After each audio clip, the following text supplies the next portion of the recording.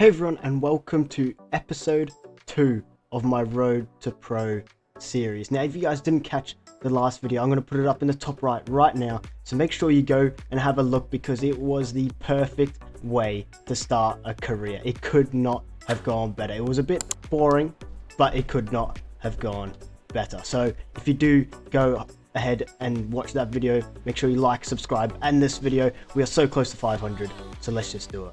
But now here is the starting grid for our race at Virginia today. We are top split with strength of field of 2,128. I managed to qualify 4th, and as you may notice, my I rating has exceeded 2,000 for the first time ever. So I'm looking forward to this race. But now, with that said, let's head to the grid. But now here we are, the lights are on, and we are getting ready to get underway, holding neutral, shifting up to first, and the lights are out, and we are underway. We've had a pretty good start, and we're going to tuck to the inside, but Ramos is a little slow, so we're going to go to the outside, and this is going to be a mistake that will damage my race heavily, as now that I'm forced to the outside, I can't take the racing line down the inside because of all the cars, so I am now being forced wide and made to lose 2 positions right off the bat there, rather than just sticking behind Ramos and maintaining 4th. But I will learn from that mistake later on in my racing. But now we head through the next corner, and it's a big train of cars here. We're all nice and tight. And this is what I found with the series. It's very close, good, mostly clean racing. But we're going to follow Tanner Smith here and see what we can do. We are quicker than 2 guys in front, but can we make the most of that? Only time will tell, as I have a little look up the inside there. Not for a move, more just to try and scare him off a bit there and force him into a mistake. But now we follow him up through these S-bends, where if you get them wrong, you will lose heaps of time, as that purple and black car has up in front of Schleck. He has lost heaps of time, and that's allowed us right onto the back of Smith. But he's made contact with Schleck, and he is round, and that is us up into P5 right on the back of Smith now. Whoa, that happened very quick, and I was not prepared for that. But look at us, we are all over the back of Smith. He is no match for us. We are way quicker than him, but we just need to find a way around him. That is the big if at this track, as T1 is pretty much the only overtaking point. Now here's a replay of the action from the opening lap. As you see, a car ahead has been spun, and he just rejoins and collects the driver we are on board with. That is a hefty one, and definitely an annoying one. But now just up ahead of that, the white and purple car just makes slight contact with the rear of the car in front, and that sends his tail into a spin. Now the final accident of Schleck's spin, just very light glancing contact, and with these cars already having a rear happy tail, it's just compiled together, and he's lost it, he's gone, and that will be his race ruined. But now we are following Smith up ahead, and we are all over him. Look, he's messed up that corner. He's run it real wide, but we're going to have to sit behind him. This is not an overtaking spot, as you saw just before. All you're guaranteeing is a spin for the car in front, but Smith's run it wide, and again, there's nowhere I can go here, so I have to sit behind him for a little bit longer and hope I get the better run onto the straight. And I have got that run, and we're going to be in his slipstream now, down the main straight as the sun comes out. Is this a symbol? Does this mean that our chance is going to open up here? We're in a slipstream, and we're going to pull to the inside, which he does not defend, and we're going to try brake later than him. We're down the inside. We get to the apex, and we haven't run it too deep, maybe a little bit deeper than I would have liked, but we have to give him the room. But now in the rearview mirror, it looks like I'm in front, so I'm thinking about cutting across his nose, but it's just too close, so I'm not going to be able to do it, and that's going to allow him back down the inside of the following corner, and he's going to be able to cut through down across my nose. And I'm going to have a little look up the inside, not to make the move, just to try and scare him off a little. But Tanner Smith has managed to hold on to his position for the meanwhile, and was that the best chance I'm going to get the whole race? I guess we'll have to find out. But Anro Stadler is right on our tail now as well, because Smith and I have been fighting, so he may come into play here as well, as now I'm not only putting on the pressure, I'm going to be feeling it too.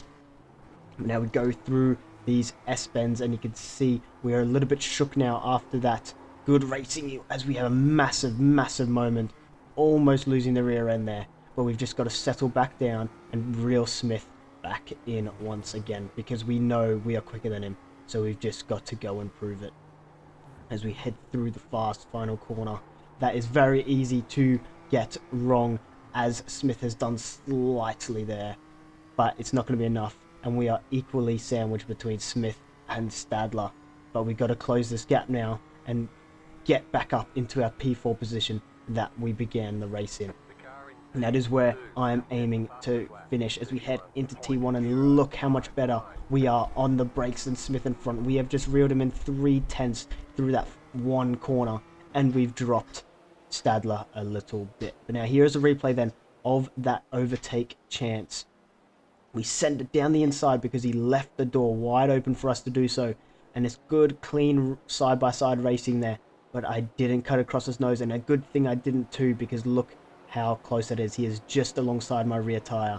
But then into the next corner, I couldn't cover off the inside, and that allowed him back through once again, and he just managed to maintain it through that next corner, and he holds onto P4 for now. But I do need to worry about Anro behind. He is definitely a threat, so I've got to keep him in sight. But now we follow Smith through this uphill corner. It's very, very tricky and easy to lose the rear end. As you can see, we both did there on exit. But now we have closed right up on Smith in front. I definitely feel quicker through this section than him. Well, I feel quicker than him in every part of the track, to be honest. Even though he has done a quicker lap, I'm definitely more consistent. I'm putting in those quick laps more consistently than he is, as he's messed up that corner. And again, we have a chance, but in the worst section of the track, you cannot go for a move there. So you just got to pray that he makes a mistake and that we get a good run onto the straight. But I have not done that corner very well either. So he is going to be able to sit at 0.5 ahead. And Anro Stadler is actually 0.3. So he is closer to me than I am to Smith. And that is saying something. But now we're heading down to T1 once more. And Stadler almost goes straight into the back of us. He's off on the grass. He's gone a little bit deep on the brakes, but now we are on the back of Smith here. Is this going to be another chance? Maybe. He's 0.4 ahead, but we've got to reel that gap in, and maybe in the uphill sweeping corner, if he leaves the door open, we'll have a little sneak down the inside. But we'll have to see, because we are not close enough just yet. But we are closing in on him, but I find through this section he is definitely slightly quicker than I am. Not T1, but just the sector after T1. Up until this point here, he is a bit quicker than myself. But we are 0.3 behind, so we still have a chance. And again, I'm just trying to scare him off a little bit there, not actually intending for a move. And maybe it's worked as he runs it incredibly wide, and we are going to be all over the back of him. But once again, in the worst spot possible, because we cannot make a move through there. That is just asking for trouble. And we do want to try and keep this to 0 incidents as well. That would be massive. So we're going to keep it a clean race, and we do not want any accidents. But look at Ramos up ahead. He is not quick at all.